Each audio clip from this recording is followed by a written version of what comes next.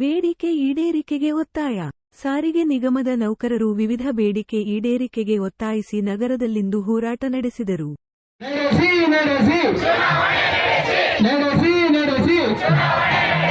ಸಾರಿಗೆ ನೌಕರ ಹೋರಾಟಕ್ಕೆ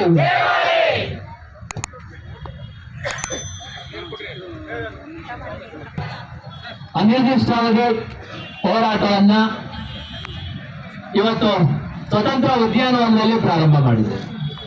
ನಮ್ಮೆಲ್ಲ ನೌಕರರ ಮುಖಂಡರುಗಳು ಮತ್ತೆ ಸಂಘಟನೆ ಮುಖಂಡರು ಎಲ್ಲರೂ ಕೂಡ ಹೇಳಿದ್ದೇನಪ್ಪ ಅಂದ್ರೆ, ಸಾರಿಗೆ ಸಂಸ್ಥೆ ಉಳಿಬೇಕು, ಅದ್ರ ಜೊತೆಗೆ ಮಾತ್ರ ಈ ಒಂದು ಹೋರಾಟಕ್ಕೆ ಬನ್ನಿ ಅಂತಕ್ಕಂಥ ಒಂದು ಸಂದೇಶವನ್ನ, ಸಂಸ್ಥೆ ಸ್ನೇಹಿ ಮತ್ತು ಸರ್ಕಾರ ಸ್ನೇಹಿ ಸಂದೇಶವನ್ನ ನಮ್ಮ ಮುಖಂಡರು ಕೊಟ್ಟಿದ್ರು.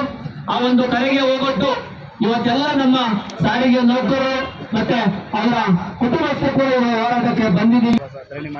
ನೌಕರರಿಗೆ ಸರ್ಕಾರ ಪ್ರಣಾಳಿಕೆಯಲ್ಲಿ ಏನು ಭರವಸೆ ಕೊಟ್ಟಿತ್ತು, ಸರಿಸಮಾನ ವೇತನ ಕೊಡ್ತೀವಿ ಅಂತ, ಅದರ ಪರವಾಗಿ ನಮ್ಗೆ ಇದುವರೆಗೂ ಯಾವುದೇ ಮಾತುಕತೆಯನ್ನು ನಡೆದಿಲ್ಲ.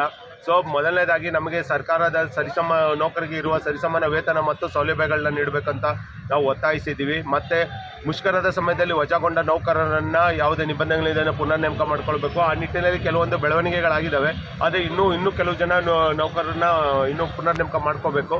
ಸೊ ಮತ್ತು ಪೊಲೀಸ್ ಪ್ರಕರಣಗಳನ್ನು, ಸುಳ್ಳು ಪೊಲೀಸ್ ಪ್ರಕರಣಗಳನ್ನು ದಾಖಲಿಸಿರೋದನ್ನು ಹಿಂಪಡಿಬೇಕು ಮತ್ತು ಸಂಸ್ಥೆಯು ವಿಧಿಸಿರುವ ಶಿಕ್ಷಾದೇಶಗಳನ್ನು ವಾಪಸ್ ಪಡಿಬೇಕು.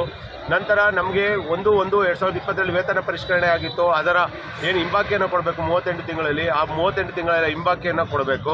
ಅದರಲ್ಲಿ ಮುಖ್ಯವಾಗಿ ನಿವೃತ್ತಿ ನೌಕರರಿಗೆ ಮೊದಲನೇದಾಗಿ ಅವರ ಬೇಡಿಕೆಗಳನ್ನ ಈಡೇರಿಸಬೇಕು. ನಂತರ ಆರೋಗ್ಯ ಭಾಗ್ಯ ಸೇವೆಯನ್ನು ಕೊಡಬೇಕು ಸಾರಿಗೆ ನೌಕರರಿಗೆ. ನಂತರ ಕಾರ್ಮಿಕ ಸಂಘಟನೆ ಚುನಾವಣೆ ನಡೆಸಿದೆ 96ರಿಂದ ನೆನೆಗುಂದಿಗೆ ಬಿದ್ದಿದೆ. ಇದರಿಂದ ಸಾರಿಗೆ ನೌಕರ ಸಮಸ್ಯೆಗಳು ಸರ್ಕಾರದ ಮಟ್ಟದಲ್ಲಿ, ಆಡಳಿತ ಮಟ್ಟದಲ್ಲಿ ಚರ್ಚೆ ಮಾಡೋಕ್ಕೆ ಯಾರೇ ಇದು ಮುಂದಾಳತ್ವ ವಹಿಸಲ್ಲ. ಇಲ್ಲಿ ಕರೆದ್ರೂ ಯಾವುದೋ ಗುಂಪಲ್ಲಿ ಎಲ್ಲರನ್ನೂ ಕರೀತಾರೆ, ಎಲ್ಲರನ್ನೂ ಕೇಳ್ತಾರೆ, ಮತ್ತೆ ಏಕಪಕ್ಷೀಯ ನಿರ್ಧಾರಗಳು ತಗೊಳ್ತಾರೆ. ಈ ನಿರ್ಧಾರಗಳು ಸರಿಯಿಲ್ಲ. ಸೊ ಕೂಡಲೇ ಕಾರ್ಮಿಕ ಸಂಘಟನೆ ಚುನಾವಣೆ ನಡೆಸಬೇಕು. ಸಂಸ್ಥೆಯಲ್ಲಿ ಖಾಸಗೀಕರಣದ ಹುನ್ನಾರವನ್ನು ನಿಲ್ಲಿಸಿ ಅಲ್ಲಿ ನಿರ್ವಹಿಸ್ತಾ ಇರುವ ಸಿಬ್ಬಂದಿಗಳನ್ನೇ ಸಂಸ್ಥೆ ನೌಕರರೆಂದು ಗುರುತಿಸಬೇಕು ಅಂತ ನಾವು ಕೇಳ್ಕೊಳ್ತೇವೆ.